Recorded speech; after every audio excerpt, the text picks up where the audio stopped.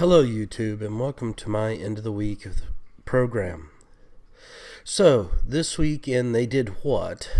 We're going to talk about three things. Let's start with the most offensive of these things. In Chicago, the four individuals, and we're not going to call these people kids like the rest of the media does. The rest of the media loves to call 18, 19, and 20-year-olds who have reached the age of majority children. They are not. They are adults. They are legally allowed to sign a contract and serve and die for their country. That makes them adults. Whether you like it or not, they're adult. Where four adults beat and accosted an 18-year-old with autism. All four of them pled not guilty in front of a judge. These individuals are not being charged with a hate crime, except for the fact that the individual that they accosted was handicapped. And the reason these individuals are not being charged with a hate crime is because they're black. This has got to stop, people. Black people can be racist too. I don't know where this alteration of the definition, where somebody has to have some sort of perceived privilege over you in order to oppress you to be able to be racist. It's bull. Racism, by textbook, by the dictionary, is hatred or an unreasonable fear of another race.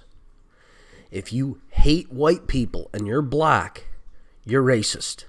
If you're a white person and you hate black people, you're racist. If you're Asian and you hate white people or black people, you're racist. If you're a white person and you hate Asians and black people, you're racist. If you're black and you hate Asians and white people, you're racist.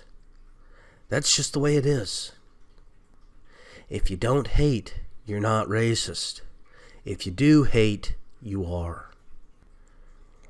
Now, our second story is our president, Donald Trump. Donald Trump seems to be suffering from diarrhea of the mouth this week yet again, as he tweets out that it's unfair that Kohl's has dropped his daughter's line of products from their stores. We've got to stop this, people. He cannot be allowed to use the bully pulpit to enrich his family. President Trump, if you listen to this, please don't do this anymore. I don't care about Ivanka's product line. I don't care that she continues to get rich or gets poor. That is all on her. It's very good that she was doing well. It's sad that Kohl's has dropped her over politics from the looks. But here's the way this country works. It is unethical for you to use your governmental influence to affect businesses for private citizens. That means for your family's interest as well. Now, if you're tweeting out that Boeing is trying to rake the United States public over the coals over the cost of a joint strike fighter or a new cargo airline ship for the United States Air Force or the United States Army or the Marine Corps, I want to hear that. I need to know that. We need that kind of transparency in government spending. But I don't need to hear about the pitfalls and follies of your family's private financial dealings while you are president. Now, once you quit being president, you can go back to tweeting whatever you desire. Whatever your heart desires can be tweeted once you're no longer representing my nation. It's just unethical to attack businesses over private spats while you are in control of the country. It just is. And finally, we come to our third piece here today. And this one is actually a good one.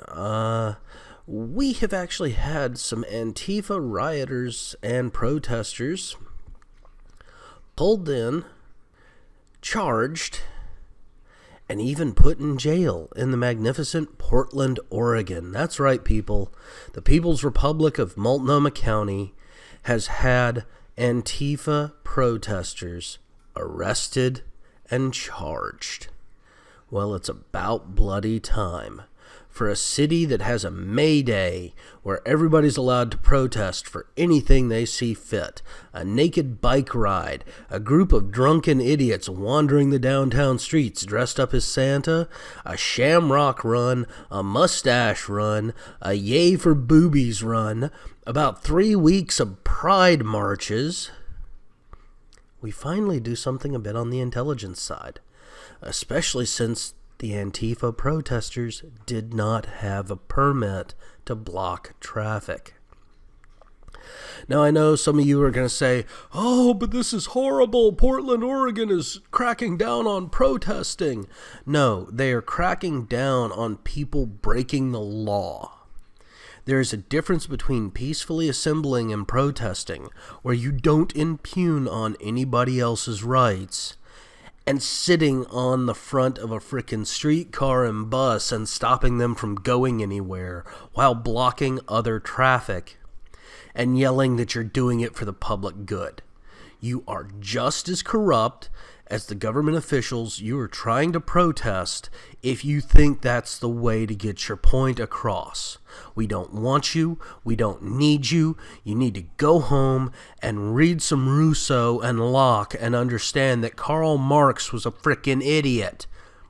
Collectivism is not in the best good of everybody else, and you Antifa guys do not represent the common worker. Well, this is Veteran Mountain Man saying thank you for listening to my They Did What this week. Remember, you can always subscribe to me at minds.com and get some of my latest thoughts as I tweet there. Well, it's not really tweeting because I'm not stuck to 180 characters or less, 160 characters or less, or whatever the tweet limit is. But they are a social media site that I participate in. Also, if you like my podcasts here, please remember to like and subscribe. And I want to thank you all and say have a good weekend.